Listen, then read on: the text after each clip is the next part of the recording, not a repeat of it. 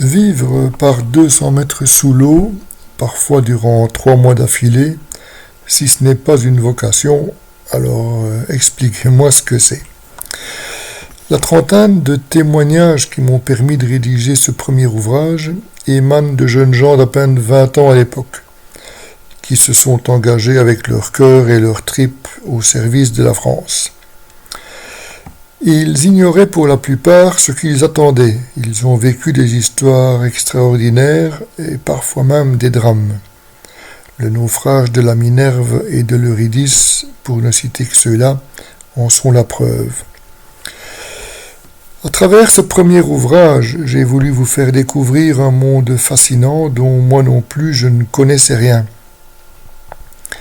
Donc, à travers plus de 100 pages richement illustrées, vous découvrirez la vie à bord de ces immenses cigares d'acier. Les courtes nuits passées sur des bannettes ou sur des hamacs à quelques mètres des torpilles, les rondes d'étanchéité, le boulot ingrat des mécanos soumis à des températures de 40 degrés et plus, le boulot des torpilleurs, du cuistot confiné dans un espace d'à peine 2 mètres carrés, ou encore le travail minutieux des tic-tac, c'est-à-dire les techniciens radio qui communiquaient alors encore en morse.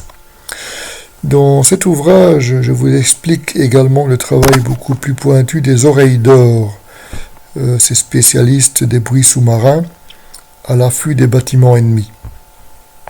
Rassurez-vous, en cours de mission, ces gars au nerf d'acier connaissaient parfois également de passionnantes réjouissances. Mais là, je ne vous en dis pas plus, à vous de le découvrir.